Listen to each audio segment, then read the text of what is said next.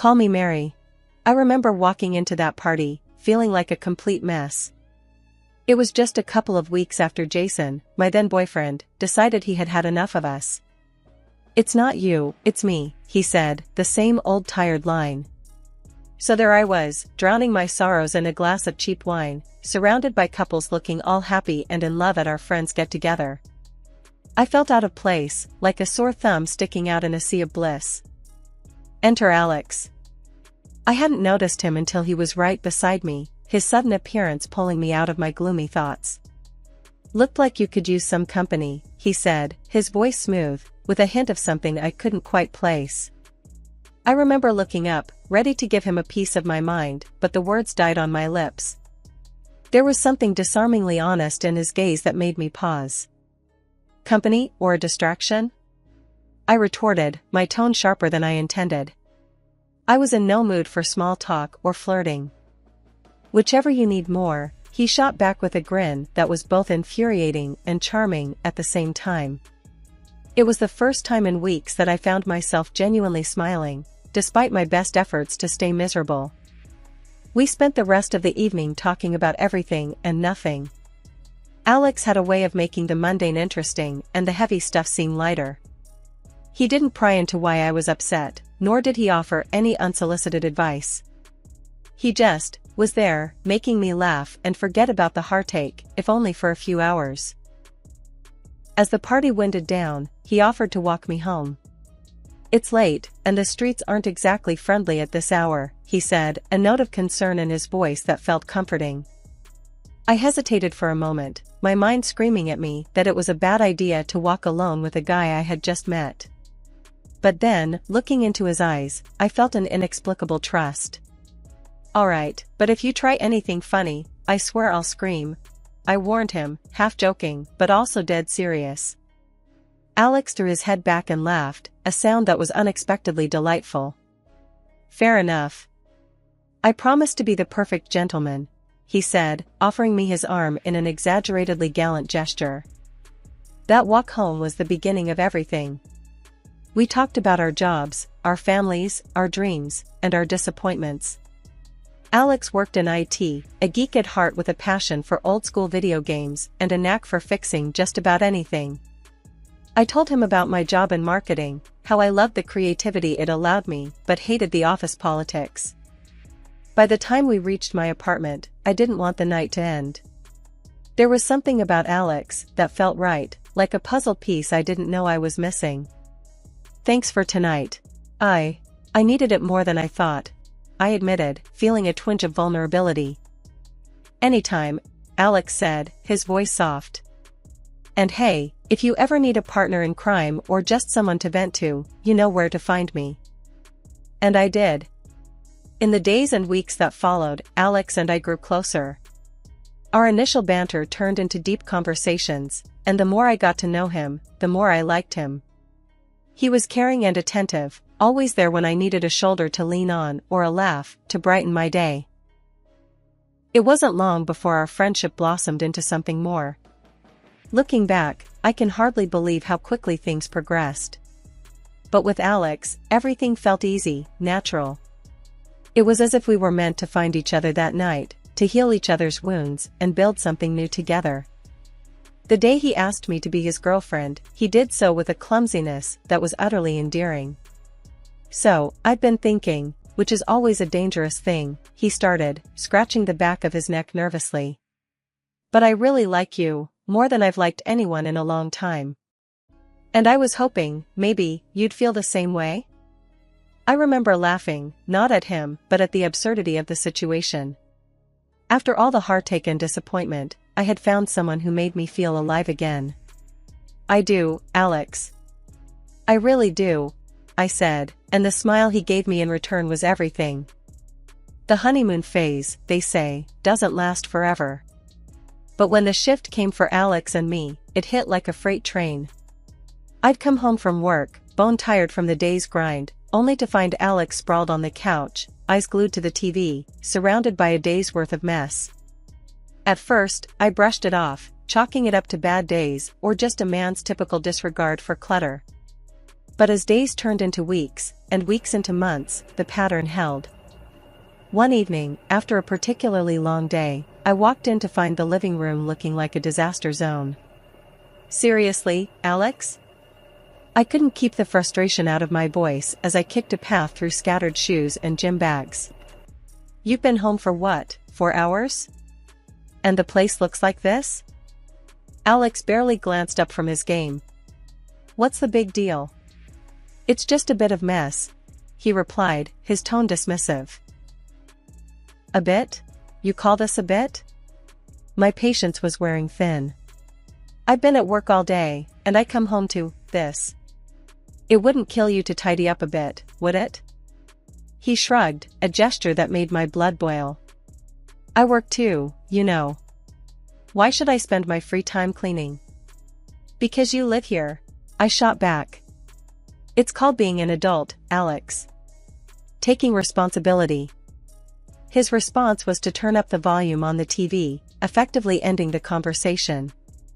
I stood there, fuming, as the realization sank in. This wasn't just about the mess. It was about respect, partnership. And right then, it felt like I was lacking both. One night, in a desperate bid for some semblance of order, I decided to tackle the kitchen. The sink was piled high with dishes, leftovers turning into science experiments. As I scrubbed and scraped, I couldn't hold back the tears. This wasn't the life I envisioned. This wasn't the partnership I signed up for. Alex found me there, elbow deep in suds and misery. "Hey, what's this?" he asked, his voice softer now, laced with concern. I shook my head, unable to find the words. "I'm just tired, Alex. Tired of feeling like I'm doing this all alone." He sighed, running a hand through his hair. "Look, I get it. I'll try to do better, okay?" But trying didn't seem to translate into action. Days passed, and the pattern continued. Promises were made and broken, leaving me to wonder if this was our new normal. The man I married, the partner I thought I had, seemed more like a distant roommate, leaving me to question where we went wrong. It wasn't just the chores or the mess. It was the growing gap between us, the silent meals, the unspoken frustrations. I missed the man who walked me home that night, who made me laugh and feel loved. Now, I felt more like a caretaker than a wife, struggling to keep us afloat in a sea of indifference. "Alex, we need to talk," I said one evening, the words heavy with a mix of dread and hope. "This isn't working. We're not working. And I don't know how to fix this if you're not willing to meet me halfway." He looked at me then, really looked at me, and for a moment, I saw a flicker of the old Alex. "I know I've been a jerk," he admitted, his voice low. "I'll try harder, I promise." Promises. I wanted to believe them, to hold on to the hope that we could find our way back to each other. But as the days turned into weeks, and the mess remained, those promises felt more like echoes of a past we couldn't reclaim. The mess around the house grew worse, if you can believe it. It wasn't just clothes or dishes anymore. I found dirty socks in the fridge once. Yeah, you heard that right. In the fridge, next to the butter. I walked into the kitchen, ready to make some coffee, and there it was, the sock, chilling with the dairy. "Alex," I yelled, holding up the offending item like it was evidence in a trial. "Explain this." He wandered in, looking bewildered and not the least bit guilty. "Oh, must have dropped it," he said, as if that was a normal thing. "In the fridge? Really, Alex? What's next, shoes in the microwave?" My voice was dripping with sarcasm. I was beyond frustrated. He just shrugged, that infuriating nonchalance on full display. "Could you just chill? It's not a big deal." "Not a big deal?" I was fuming. "It's disgusting, Alex.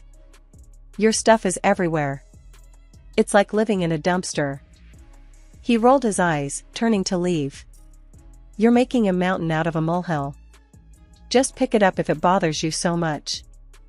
That was the last straw. "I'm not your maid, Alex. This is our home, not your personal landfill. I can't do this anymore." Something's gotta give. We glared at each other, the tension thick. It was clear we were at an impasse. I thought of reaching out to his mom, hoping maybe she could knock some sense into him. Desperate times called for desperate measures, after all. So, I called her. "Hey, Mrs. Thompson, it's me.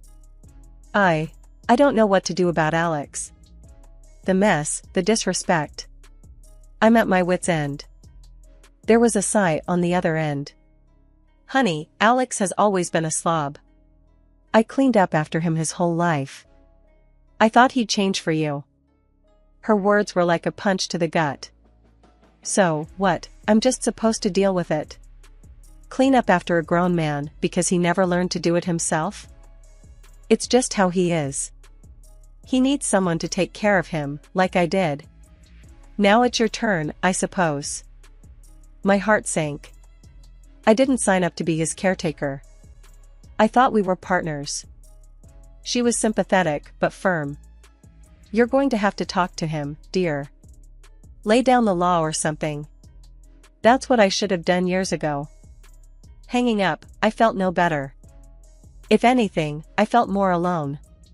It was clear that Alex had grown up pampered and unaccountable. And now, according to his mom, it was my job to reform him. I confronted Alex again, armed with a new resolve. "We need to talk. This can't go on. I'm not your mom, and I'm not here to clean up after you. You're an adult, act like it." It was a conversation we'd had before, but this time I meant business. The ball was in his court now. I could only hope he'd finally play fair. As days turned into weeks and weeks into months, the distance between Alex and me grew wider than the Grand Canyon. Our home felt more like a battleground than a haven. The love and laughter that once filled our space were replaced by silence and tension so thick, you could cut it with a knife. One evening, as I sat at the dinner table alone, staring at the 2 plates of food I'd prepared, waiting for Alex to join me, the weight of our situation hit me hard. He stumbled in well past the time we usually ate, his face flushed, not from the cold outside but likely from a few drinks after work. "Where've you been?" I asked, my voice barely hiding my frustration. It wasn't just about him being late, it was about him being absent when he was right there. Alex shrugged off his coat and dropped it on the chair, not bothering to hang it up. "Out," he said simply, as if that one word was explanation enough. "Out where, Alex? With who?" I pressed on, needing something more than his non-answers. He sighed, a sound of annoyance rather than remorse.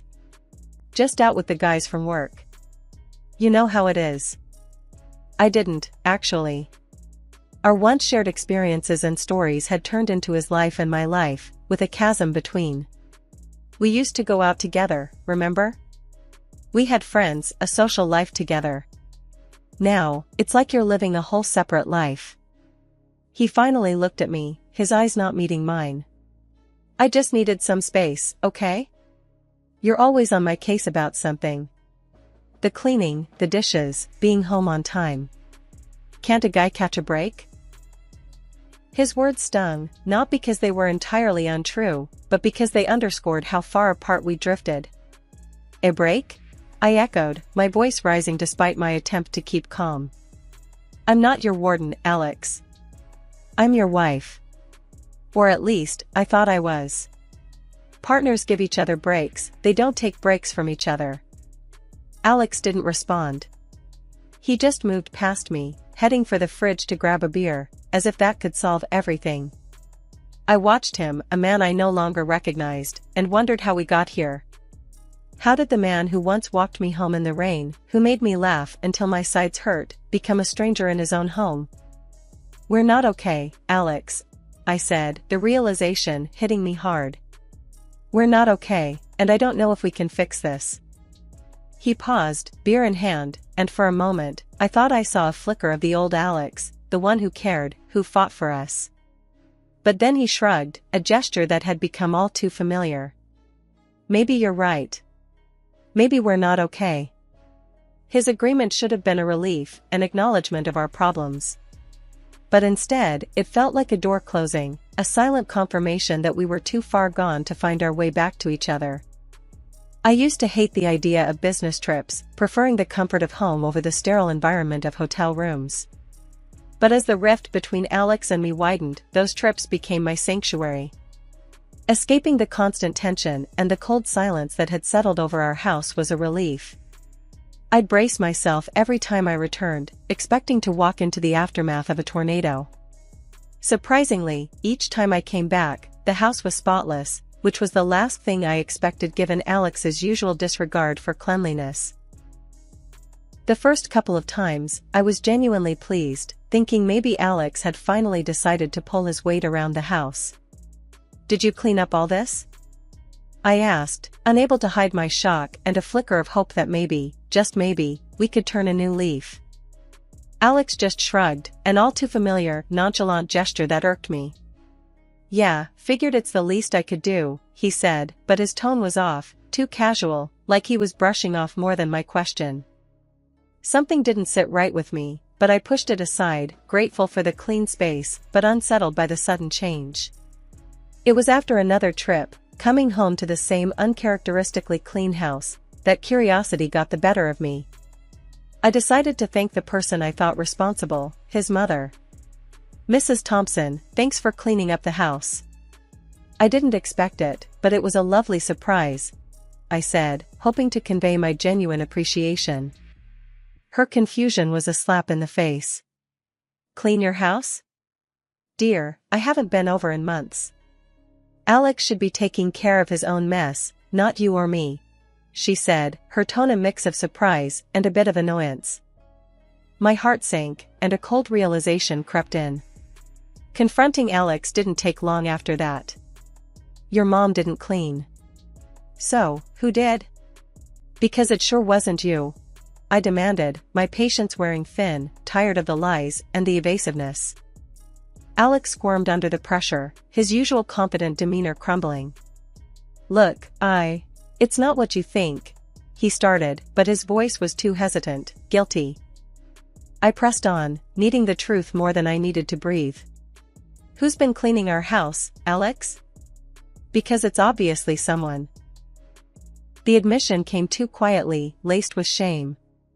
"It's someone I know, she's been helping out while you're away," Alex confessed, finally meeting my gaze, but all I saw was betrayal.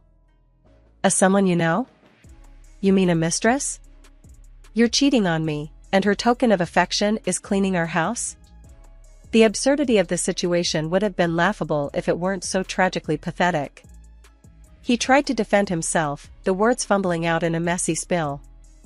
"It's not like that. She's just a friend." "A friend who cleans and sleeps with my husband? That's a new one, Alex." My voice was bitter, laced with anger and a heartache that dug deep. I found out about his infidelity not through whispers or clandestine messages, but through a clean house. The irony wasn't lost on me, and though my heart was shattered, I couldn't help but marvel at the bizarre twist my life had taken. After all this, I decided enough was enough. Divorce was the only option left for me. Alex, surprisingly, didn't put up a fight. He let me go without so much as a plea for me to stay. Maybe that was for the best, or maybe it just showed how far apart we'd really grown. A few quiet months passed. I settled into a small, clean apartment that felt more like home than the house I shared with Alex ever did. Just when I started to enjoy my newfound peace, I got a call that turned my calm afternoon upside down. It was Alex's mom, and she was livid. "Come back to Alex this instant," she demanded, her voice sharp and filled with frustration. I pulled the phone away from my ear for a moment, confused. "Excuse me? Why on earth would I do that?" "Because he's a mess without you. His house looks like a pigsty, and I'm sick of cleaning up after him. His habits are driving me insane." I couldn't help but chuckle, though I felt a pang of sympathy for her. "And how is that my problem, Mrs. Thompson? I'm not his keeper anymore." Her voice softened, but the desperation lingered. "Please, he needs someone. His little cleaning lady ran off the moment she saw what a disaster he is." The irony of the situation wasn't lost on me. So, his mistress left because of the mess? That's poetic, in a way. She sighed, defeated. I just don't know what to do with him anymore. I took a deep breath, my decision clear. Mrs. Thompson, I understand it's hard, but I've moved on. Alex needs to learn to take care of himself, and you shouldn't have to clean up his messes either. It's not your job, and it's certainly not mine anymore. There was a pause on the line, and for a moment, I thought she might argue further. Instead, she simply said, I suppose you're right. I'm sorry for bothering you with this. It's okay. I hope things get better for you both, I replied, not unkindly. We ended the call, and I sat there for a moment, reflecting on the strange turn my life had taken. From a cluttered house and a failing marriage to a peaceful, tidy apartment all my own. I couldn't help but smile at the thought.